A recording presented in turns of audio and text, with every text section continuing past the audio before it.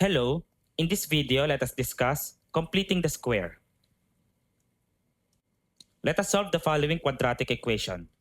Say we have x squared minus 8x plus 16 equals 25. Okay, you can use factoring here, all right? But for this specific video, we will apply the completing the square process. So how does it work? Okay, first step, let us move all the constants on the right side. So positive 16, let's transpose it to the other side. Therefore, we have x squared minus 8x, and then leave some space, equals 25, and then minus 16. So what's this space for? Okay, we leave this space because we're going to add a term. So what's that term? B over 2 squared. As you can see, this is in the form of x squared plus bx, right? X squared plus bx. And the value of b is negative 8. So if we substitute here, b is equal to negative 8 and then divided by 2 squared. Negative 8 divided by 2, that's negative 4. Negative 4 squared is equal to 16. Now, this 16 will be added on both sides. So, plus 16 and then plus 16. Now, what's the purpose of this one? The purpose of this one is to make this a perfect square trinomial. You see, after adding 16 on the left side, this expression becomes a perfect square trinomial because we can express this as x squared and then minus 2 times x times 4 and then plus 16 is 4 squared equals, now 25 minus 16 plus 16, this cancel, so plus 25. Now, this is in the form of a perfect square trinomial. Remember, a squared minus 2ab plus b squared. And if you recall, the factored form of a perfect square trinomial is a, since we have minus here, minus b squared. All right? So let's do that. Our a here is x, right here. So x and then minus b, our b is 4. And then squared equals 25. Let's solve for x. Let us take the square root of both sides. The left side becomes x minus 4. The right side, square root of 25, that's plus minus 5. Transpose negative 4 to the other side. X is equal to positive 4 plus minus 5. So, the first solution, x1 is equal to, let's take plus 4 plus 5. And 4 plus 5 is equal to 9. While the other solution, x2 is equal to 4 minus 5. And 4 minus 5 is equal to negative 1. And here's our solutions.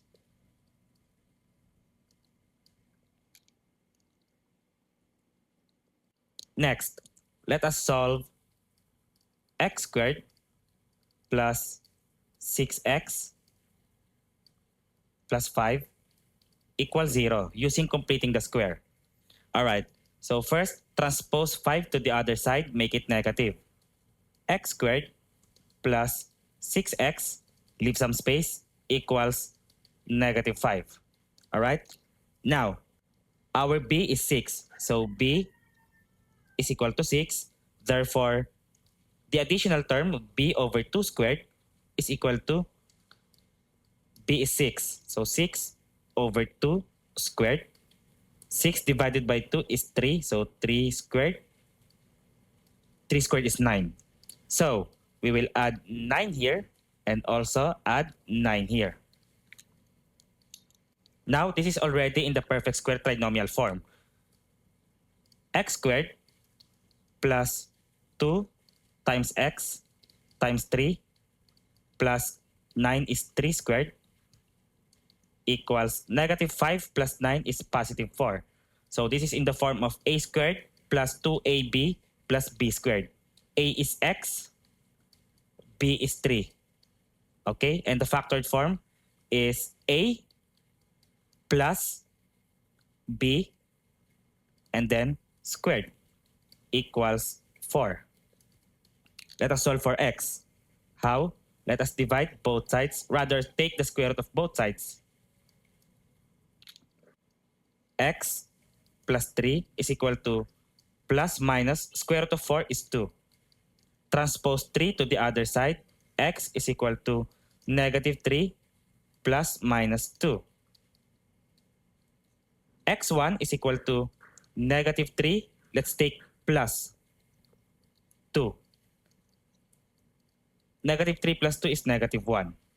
While if we take the minus, x2 is equal to negative 3 minus 2.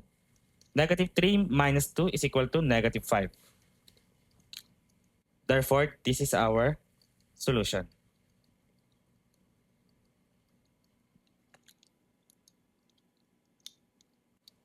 Next, let us solve the following. X squared minus 12x plus 4 equals 0. Using completing the square, let us transpose first positive 4 to the other side. So we have x squared minus 12x equals negative 4. We want to know the third term that makes this expression perfect square trinomial. Our b is negative 12, the coefficient of the linear term or the coefficient of x. So the third term is b over 2 squared. B is negative 12 over 2 squared. Negative 12 divided by 2, that is negative 6. And negative 6 squared is positive 36. So let's add 36 here. And let's add 36. Next, now we can rewrite this as x squared minus 2 times x times 6 plus 6 squared equals negative 4 plus 36 is 32. Now, this is a perfect square trinomial. A is x, b is 6, and we have a minus here. So, the factored form is x minus b is 6 squared equals 32. Now let us solve for x using square root. Take the square root of both sides. On the left side, we have x minus 6 equals plus minus 32 is not a perfect square. However, we can express that as factors, wherein one of the factors is a perfect square. So 32 is equivalent to 16 times 2. So square root of 16 times 2. Let's proceed. X minus 6 is equal to plus minus square root of, we know that 16 is a perfect square. The square root of 16 is 4. So 4 squared is equal to 16 times 2. And the next step is take out the square root 4 outside. Therefore, we have x minus 6 is equal to plus minus taking out 4, and then the remainder inside is 2, the square root of 2. Now, negative 6, let's transpose to the other side, make it positive. So x is equal to 6 plus minus 4 square root of 2. So here's our solutions. There's two solutions here, okay, plus minus. If you want to solve each, it's up to you. I mean, if you want to separate. Let's try one more. Let us solve the following. 2x squared plus 8x plus 14 equals 0. All right. You cannot apply completing the square right away. So the first thing that you have to do is divide both sides by 2, the leading coefficient of the quadratic expression or equation. So divide by 2, divide by 2, divide by 2. So this reduces into x squared plus 4x and then plus 7 equals 0. Next, transpose positive 7 to the other side. We have x squared plus 4x equals negative 7. Now, the coefficient of the linear term or the coefficient of x is 4. B is equal to 4.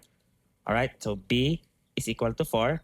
And the third term is B over 2 squared. Let us substitute. B is 4. 4 over 2 squared. 4 divided by 2 is 2. And 2 squared is equal to 4. So we will add 4 on both sides. Plus 4 here. Plus 4 here. The left side is now a perfect square trinomial. That's x squared plus 2 times x times 2 plus 4 is equal to 2 squared equals negative 7 plus 4, that is negative 3. Now applying the perfect square trinomial, the factored form is a plus b squared. And a is x, b is 2. So x plus 2 squared is equal to negative 3. Now let us solve for x by taking the square root of both sides.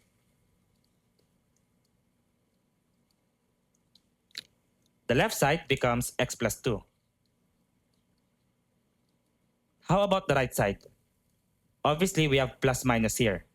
Now, what happens with negative 3? Okay, we can express that as negative 3 times 1, or rather 3 times negative 1, okay? 3 times negative 1. Next, x plus 2 is equal to plus minus square root of 3 times negative 1 is equal to square root of 3 times the square root of negative 1.